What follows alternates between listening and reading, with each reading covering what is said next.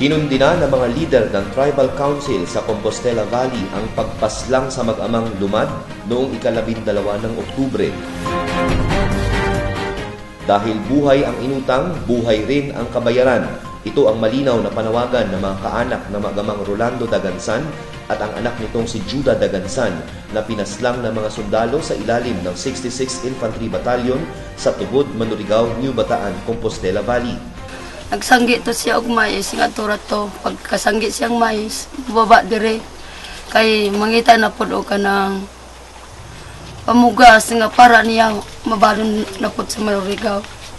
Gikan ato nakasanggi siya og mais. Hing baba gibilin siyang mahud ang mais kay gipabulat. Pagka kuan ato baba siya atong kuan. Mubaba man na siya dito. Las 2 kay init man ang karsada. Dili to siya mamahod dito, dili magkapit diri ra sa mong balay. Ang kalayo-layo atong Manurigao. Siya kanang kuan, kapot siguro diha sa kuan. Taxi. Ki kuan akong bana gimasakiro akong anak.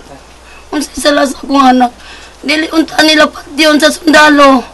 Ang akong anak ug akong bana.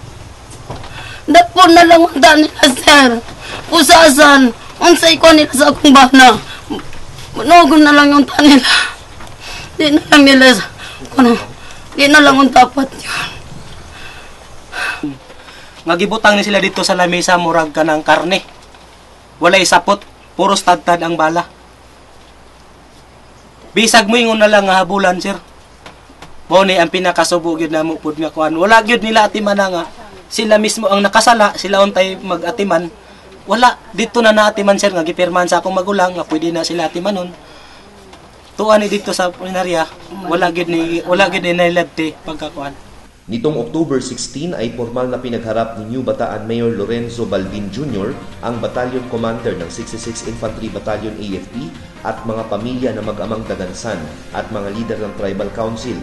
Ayon sa 66th Infantry Battalion, aksidente raw ang nangyari at napagkamalang mga miyembro ng New People's Army ang mag-amang Dagansan. Hindi raw sinasadya ang pagpatay sa mga biktima. Nangyari ay aksidente. Sa part ko sa batalyon, I am very sorry. At saka hiyang-hiya ako sa nangyari. Malayo ito sa aking gustong mangyari na maghatag kami ng serbisyo sa Manurigao. Subalit mariin itong kinundina ng mga lider ng Tribal Council na nagsabing sinadya ng militar ang pagpatay sa mag-ama. Itinuro ng mga saksi si Private First Class Romel Escriba at Jonard Kutmaya na nasa ilalim ng pamumuno ni Second Lieutenant Eric Falier na siyang pumatay sa mga biktima. Ako po ay susumasalungat doon sa testing ko na hindi sinasadya. Napagkamalan, hindi. Dapat na yung tao, namatay na nga, itinabi pa, itinago pa para hindi makita. Anong ibig sabihin niya? Ha? Salvage yan. Ha? Wala. Hindi ko nakikita na kayo ay yung military mo, yung tao mo, nagpuprotektar ng rights ng tao. Kung talagang sinalvage yun, sina Lando sa si Felix, bakit nandito ako ngayon? Bakit ko kayo kinakausap? What reason do we have para sadyain patayin silang dalawa? Ano ang dahilan namin? Umakyat kami doon para magbigay ng, para maghatag sa serbisyo sa Manurigao. What possible reason will I have as a battalion commander na gugustuhin kong patayin sila Lando sa si Felix? What reason? Anong rason nilang dalawa na para sadyain patayin yung dalawa? Wala eh.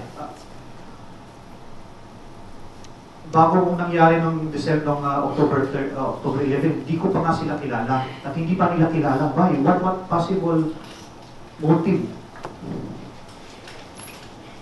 There is walang dahilan kung bakit namin sila gustong patayin.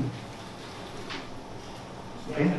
Doon kami nga sir nagtataka. At nagtataka rin ako kung yan ang Doon kami nagtataka bakit pinatay. Oh. Doon pa rin nagtataka rin ako kung bakit din nangyari yan. Oh. Gamit ang Republic Act 8371 o Indigenous Peoples' Rights Act, nanawagan ang mga lider ng Tribal Council na papanagutin ang mga salarin sa nasabing pagpaslang. Kaya mo bang isurrender yung tao mo sa amin para kami nakakalap? Bilang kapalit ng aming kamag-anak. At saka yung baril. Simple lang sir, hindi mahaba. Hindi namin gustong mahaba ang solusyon. Isurrender mo lang ang tao, nandiyan naman yung tao mo. Isurrender mo sa amin, kami na ang bahala, at saka yung baril. Simple lang. Pero dapat walang masamang loob natin. Kasi gusto mo, angad mo, i-resolve ang problema. Angad namin, i-resolve ang problema rin. So ang tanong po ngayon sir, kaya mo bang isuko yung tao? Nandiyan naman yung tao mo, isuko mo na sa amin, kami na ang bahala. Dinipensahan naman agad ni Lieutenant Colonel Michael Logico ang dalawang suspect na sundalo at tumangging isurrender ang mga ito sa kustodiya ng mga lumad.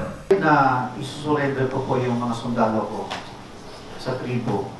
In as much as nilirespeto ko talaga ang customs ninyo, bilang isang leader, bilang isang commander, ako, the battalion is coming clean na gusto natin mahatagan ng hustisya ang pamilya. Pero ipapaagi natin sa legal na proseso.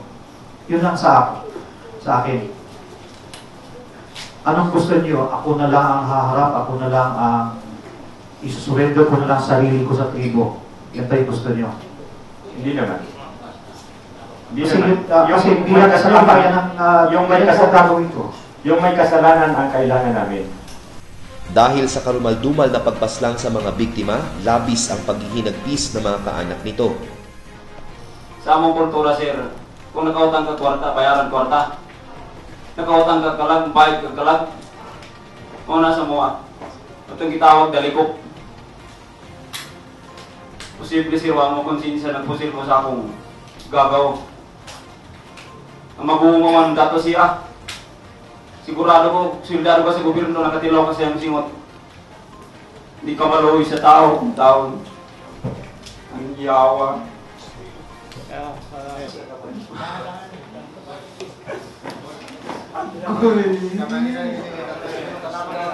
Sakit para sa ako. Karunagod ko na kayo istorya, sir. Sa akong gibati, napagin ko na. Hindi na matunta ko sa tetayan, ako nagwanda sir, di ko gusto nga mutanaw sa agigado. Pagkatapos ng dialogo ay nanawagan ang mga lider ng Tribal Council na maliban sa pagpapanagot sa dalawang sundalong pumaslang sa mag-amang Daganson ay pagbayarin rin ng danyos ang mga militar ng 12 kalabaw at baka, 10 itak, manok, baboy at ang baril na ginamit sa pagpaslang. Nais rin ng mga lumad na tanggalin sa serbisyo ang dalawang sospek at tuloy-tuloy na ipanawagan ang katarungan. Batay sa datos ng karapatan, hindi ito ang unang kaso ng pagpaslang ng mga miyembro ng 66 Infantry Battalion.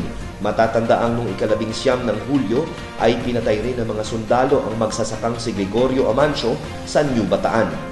Ito po si Edgy Uyangoren para sa Kilab Balita.